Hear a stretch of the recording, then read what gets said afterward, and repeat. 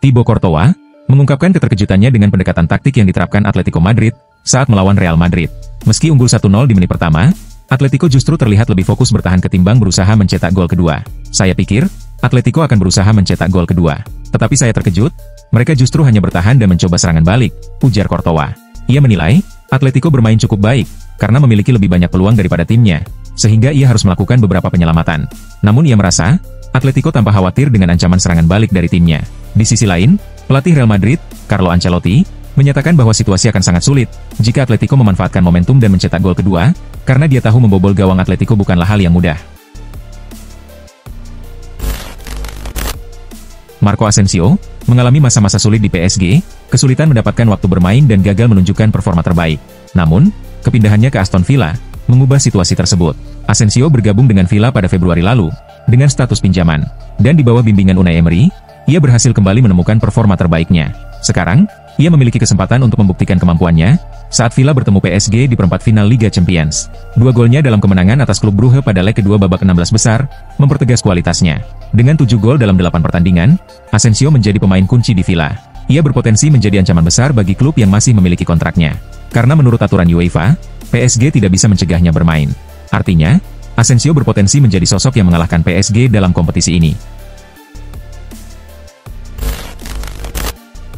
Babak 16 besar Liga Champions baru saja selesai, dengan Barcelona menjadi salah satu dari 8 tim yang berhasil melaju ke babak 8 besar. Barcelona lolos setelah meraih hasil meyakinkan melawan Benfica. Salah satu kunci keberhasilan Barcelona lolos ke 8 besar adalah performa lini serang mereka. Tim asuhan Hansi Flick selalu mencetak gol, bahkan saat kalah dari AS Monaco. Barcelona tercatat mencetak 5 gol dalam 3 pertandingan, termasuk kemenangan 5-0 atas Young Boys, serta 2 kemenangan 5-2 melawan Red Star dan Benfica. Semua terjadi di fase grup.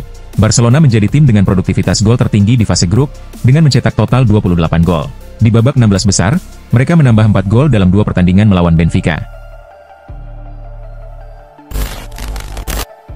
Arsenal berhasil mencapai perempat final Liga Champions, setelah menang agregat 9-3 atas PSV Eindhoven. Meskipun pertandingan leg kedua berakhir imbang 2-2, hal tersebut sudah cukup untuk memastikan langkah The Gunners ke babak selanjutnya. Raheem Sterling memberikan kontribusi penting dalam kemenangan ini, dengan menyumbangkan 2 assist, dan menjadi pemain Inggris pertama yang terlibat langsung dalam mencetak gol untuk 4 klub berbeda di Liga Champions. Meski demikian, Sterling mengakui bahwa ia belum mendapat banyak kesempatan bermain musim ini, dengan hanya 3 kali menjadi starter di Liga Champions, dan 8 kali tampil sebagai pemain pengganti di Premier League. Meskipun demikian, Sterling tetap optimis dan yakin masih memiliki peran penting di sisa musim ini, terutama di Liga Champions, serta berjanji akan terus berusaha keras untuk mendapatkan tempat di tim utama. Chelsea dilaporkan tidak akan melepas Enzo Fernandez ke Real Madrid pada jendela transfer musim panas ini. Klub asal London Barat itu berharap Fernandes akan bertahan lama di Stamford Bridge. Seperti yang sudah diketahui, gelandang Argentina tersebut masih terikat kontrak hingga 2032, sehingga Real Madrid tidak bisa dengan mudah menggaetnya. Ketertarikan Los Blancos pada Fernandes wajar, mengingat ia tampil cemerlang musim ini, dan menjadi pengatur permainan yang sangat dibutuhkan Madrid sejak kepergian Toni Kroos. Sejak bergabung dari Benfica pada Januari 2023, Fernandes menikmati performa terbaiknya bersama Chelsea. Musim ini saja, ia telah mencetak 5 gol dan memberikan 9 assist dalam 33 pertandingan. Dengan performa yang mengesankan seperti itu, Chelsea dikabarkan siap berusaha keras untuk mempertahankan Fernandes dari incaran Madrid. Arsenal dilaporkan sedang mempertimbangkan untuk melakukan langkah besar pada bursa transfer musim panas ini, dengan berusaha merekrut gelandang Newcastle United, Bruno Guimaraes. Sebelumnya, The Gunners dikaitkan dengan penyerang Newcastle, Alexander Isak. Namun harga yang diminta oleh The Magpies dianggap terlalu tinggi. Akibatnya, Arsenal memilih untuk mengalihkan perhatian mereka ke Guimaraes. Gelandang asal Brasil ini telah menjadi pemain kunci bagi Newcastle sejak bergabung pada Januari 2022. Keahliannya yang serbaguna di lini tengah membuatnya menjadi target beberapa klub besar Eropa. Mikel Arteta menganggap Guimaraes bisa menjadi pasangan ideal bagi Declan Rice di lini tengah. Dengan kemampuan passing yang akurat dan visi permainan yang luas, Guimaraes diyakini akan melengkapi gaya bermain Rice yang atletis. Penyerang Napoli, Victor Osimhen, masuk dalam daftar target transfer Newcastle United. Menurut laporan Tutto Juve, Newcastle tertarik untuk mendatangkan Osimhen pada bursa transfer mendatang. Media Italia itu juga mengungkapkan bahwa Manchester United sangat berminat untuk merekrutnya, sementara sejumlah klub Inggris lainnya juga menunjukkan ketertarikan terhadap pemain internasional Nigeria tersebut, yang saat ini sedang dipinjamkan ke Galatasaray. Laporan tersebut menambahkan bahwa Osimhen memiliki klausul rilis senilai 75 juta euro dalam kontraknya dengan Napoli. Selama masa peminjamannya di Galatasaray musim ini, Penyerang berusia 26 tahun itu telah mencetak 23 gol, dan memberikan 5 assist dalam 29 pertandingan di berbagai kompetisi. Dengan statistik seperti itu, Osimhen bisa menjadi rekrutan luar biasa bagi Newcastle. Liverpool mendapat perhatian, setelah hanya merekrut satu pemain pada awal musim ini. Pemain yang didatangkan tersebut adalah Federico Chiesa dari Juventus, dengan biaya transfer 15 juta euro. Namun, sejak dibeli dari Juventus, Chiesa belum menunjukkan performa terbaiknya. Bahkan, Chiesa malah lebih sering berada di bangku cadangan. Penampilannya yang belum memuaskan, membuat beberapa penggemar Liverpool di media sosial mulai merasa kecewa. Salah satu akun X bernama Anfield Agenda, bahkan menyindir Chiesa secara terbuka, dengan mengatakan, bahwa mantan pemain Fiorentina itu telah mewujudkan impian setiap penggemar Liverpool, yakni duduk di kursi barisan depan stadion. Selain itu, Chiesa juga menerima gaji cukup besar, yang menambah kritik terhadapnya semakin tajam. Sudah menjadi rahasia umum, bahwa Manchester United akan mencari beberapa pemain baru di bursa transfer musim panas ini. Ruben Amorim membutuhkan pemain baru untuk meningkatkan performa timnya, dengan lini serang menjadi salah satu prioritas utama. Pelatih asal Portugal tersebut mencari penyerang baru, setelah Manchester United kesulitan mencetak gol musim ini. Vicajes melaporkan, bahwa Manchester United memiliki target di bursa transfer musim panas, yaitu ingin merekrut Raphinha dari Barcelona. Menurut laporan tersebut, Ruben Amorim sangat tertarik untuk mendatangkan winger asal Brasil itu. Amorim percaya, bahwa kedatangan Raphinha akan membuat lini serang Manchester United lebih berbahaya, mengingat Raphinha memiliki pengalaman bermain di Inggris bersama Leeds United, yang bisa membantu meningkatkan performa tim. Juventus menjadi klub dengan pengeluaran terbesar di bursa transfer musim panas 2024. Mereka merekrut sejumlah pemain berkualitas dengan biaya yang tinggi, sebagai bagian dari upaya untuk memperkuat tim dan kembali bersaing di posisi teratas. Namun, strategi transfer ini juga memberikan tekanan tambahan pada Motta. Pengeluarannya hampir setara dengan total pengeluaran Massimiliano Allegri selama 4 tahun. Saat ini, Juventus menghadapi tantangan besar dalam menyeimbangkan keuangan mereka. Sebagai perbandingan, selama 3 tahun melatih Juventus, Antonio Conte menghabiskan sekitar 110 juta euro, jumlah yang lebih kecil dibandingkan pengeluaran Motta dalam setahun. Sementara itu, Allegri menghabiskan 262 juta euro dalam 4 tahun pertamanya. Dengan setengah dari jumlah tersebut, digunakan untuk merekrut Cristiano Ronaldo. AC Milan telah mencapai kesepakatan lisan dengan Mike Maignan untuk memperpanjang kontraknya hingga 2028. Namun, pengumuman resminya masih tertunda. Ada beberapa pertimbangan strategis yang mendorong Rossoneri untuk menunda keputusan ini. Saat ini, Milan masih mencari direktur olahraga baru yang akan bertanggung jawab atas strategi keuangan klub sebelum menyetujui kontrak besar seperti yang diterima Maignan. Berdasarkan laporan dari Pianeta Milan, keputusan ini juga berkaitan dengan rencana jangka panjang klub. Mereka ingin memastikan bahwa pengeluaran besar untuk Maignan sesuai dengan visi manajemen yang baru. Tanpa persetujuan dari direktur olahraga yang baru, manajemen Milan memilih untuk menunda pengumuman perpanjangan kontrak tersebut. Persaingan untuk meraih Ballon d'Or 2025 semakin ketat, terutama setelah kejutan di babak 16 besar Liga Champions. Thierry Henry, legenda Arsenal, menyatakan bahwa Mohamed Salah kini bukan lagi favorit utama, setelah Liverpool tersingkir dari kompetisi tersebut. Sebagai gantinya, Henry menganggap Raphinha sebagai kandidat terkuat untuk penghargaan tersebut. Raphinha tampil luar biasa di Liga Champions, mencetak 2 gol dalam pertandingan melawan Benfica, dan menjadi pencetak gol terbanyak dengan 11 gol dari 10 pertandingan. Sementara itu, Salah gagal membawa Liverpool melaju lebih jauh, setelah kalah dalam adu penalti melawan PSG. Hal ini membuat banyak pengamat sepak bola, termasuk Henry, mengubah prediksi mereka mengenai calon penerima Ballon d'Or tahun ini. Henry menyatakan, Raphinha lebih unggul, sekarang karena apa yang dia tunjukkan di Liga Champions.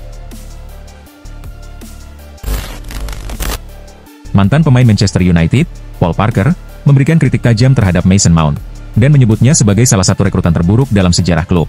Pernyataan kontroversial Parker ini datang di tengah penurunan performa Mount. Cedera hamstring yang sedang dialaminya, kini menambah daftar panjang masalah pemain asal Inggris tersebut.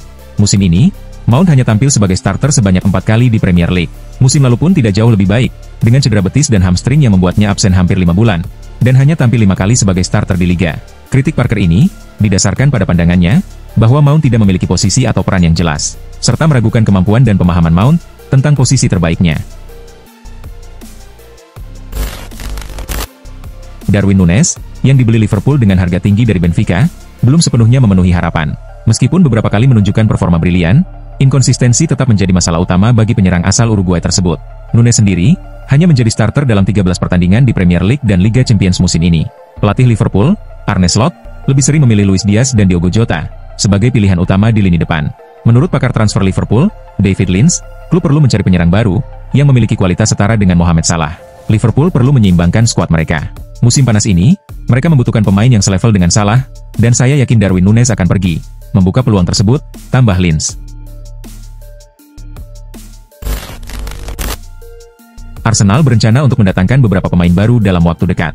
Pelatih Mikel Arteta merasa perlu memperkuat skuadnya agar bisa bersaing dan meraih gelar Premier League musim depan. Fokus utama Arteta adalah lini serang, karena ia merasa kedalaman skuad di posisi tersebut masih kurang. Menurut laporan Kicker, Arsenal kini tengah mengincar Leroy Sané dari Bayern Munchen untuk memperkuat tim. Langkah ini diambil karena situasi yang menguntungkan bagi Arsenal, mengingat kontrak Sané dengan Bayern akan berakhir pada musim panas mendatang. Dan hingga kini, belum ada pembicaraan mengenai perpanjangan kontrak. Berbekal situasi tersebut, Arsenal berencana meyakinkan Sané agar tidak melanjutkan kontraknya di Bayern. Menurut laporan terbaru dari Sport Bild, Oliver Glasner masuk dalam daftar calon pengganti Xabi Alonso pada musim panas mendatang. Pengalamannya bersama Eintracht Frankfurt, di mana ia berhasil membawa tim tersebut menjuarai Liga Eropa, menjadi salah satu alasan utama. Rumor ini muncul setelah diperkirakan Xabi Alonso akan pindah ke Real Madrid musim depan untuk menggantikan Carlo Ancelotti yang berencana pensiun. Namun, klubnya saat ini, Crystal Palace, enggan melepas Glasner dengan mudah. Meskipun saat ini mereka berada di peringkat ke-11 klasemen Liga Inggris, Crystal Palace sangat menghargai Glasner dan berencana untuk memperpanjang kontraknya hingga lebih dari 2026. Meski demikian, hal ini masih sebatas rumor. Pelatih Borussia Dortmund, Niko Kovac, mengatakan bahwa Barcelona akan menjadi lawan yang jauh lebih tangguh bagi timnya dibandingkan Lille, yang baru saja mereka kalahkan dengan agregat 3-2 di babak 16 besar Liga Champions. Lille adalah tim yang kuat dalam penguasaan bola, namun Barcelona jauh lebih baik, ujar Kovac kepada DAZN. Kovac juga menekankan, pentingnya timnya memanfaatkan setiap peluang sekecil apapun saat menghadapi Barcelona. Saat kami tidak menguasai bola, kami harus bertahan dengan baik. Namun, kami juga memiliki pemain-pemain hebat, dengan kecepatan yang bisa memberi masalah pada lawan, tambahnya.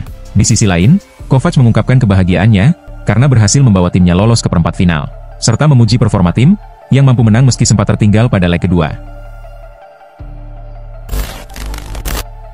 Arsenal akan berjumpa Real Madrid, di perempat final Liga Champions.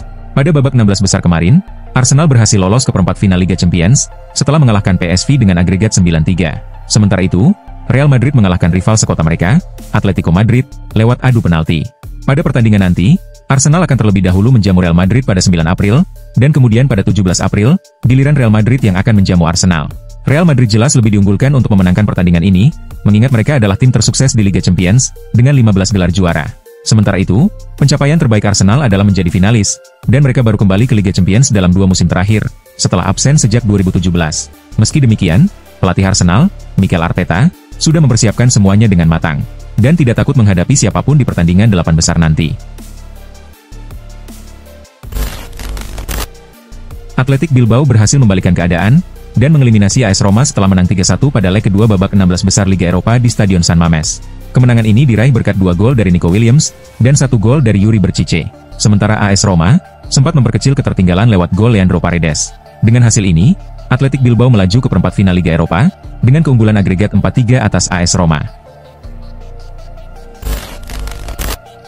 Manchester United berhasil mengalahkan Real Sociedad dengan skor 4-1, dalam leg kedua babak 16 besar Liga Eropa. Meski sempat tertinggal akibat gol penalti Mikel Oyarzabal, MU bangkit dan membalikkan keadaan, berkat hat-trick Bruno Fernandes, yang 2 diantaranya tercipta melalui penalti, serta 1 gol dari Diogo Dalot. Dengan hasil ini, MU melaju ke perempat final Liga Eropa dengan kemenangan agregat 5-2, setelah bermain imbang 1-1 di leg pertama. Di babak 8 besar, MU akan menghadapi Lyon. FC Copenhagen harus mengakui keunggulan Chelsea dengan skor 1-0, dalam leg kedua babak 16 besar UEFA Conference League di Stamford Bridge. Di laga ini, gol kemenangan Chelsea tercipta di babak kedua, melalui aksi Kiernan Dewsbury Hall. Dengan kemenangan ini, Chelsea unggul agregat 3-1, setelah sebelumnya menang 2-1 di leg pertama. Hasil tersebut membuat Chelsea melaju ke perempat final, dan akan menghadapi pemenang pertandingan antara Molde dan Legia Warsawa. Sementara di laga Conference League lainnya, Real Betis juga lolos ke babak berikutnya, setelah mengalahkan Vitoria dengan skor 4-0. Keberhasilan ini tak lepas dari peran Antony yang sukses menyumbang 1 gol. Tottenham Hotspur berhasil mengalahkan AS Alkmaar 3-1, di leg kedua babak 16 besar. Memulai laga dengan kekalahan 0-1 di leg pertama, Tottenham unggul 1-0 di menit ke-25, lewat gol Wilson Odobert yang memanfaatkan asis Dominic Solanke. Babak kedua dimulai dengan baik bagi Spurs, di mana James Maddison menambah keunggulan menjadi 2-0 di menit ke-48. AS Alkmaar memperkecil skor 1-2, melalui gol Perkop Mainers pada menit ke-63. Tottenham kembali memperlebar jarak di menit ke-74, lewat gol kedua Odobert. Dengan kemenangan 3-1, Tottenham melaju ke perempat final dengan agregat 3-2.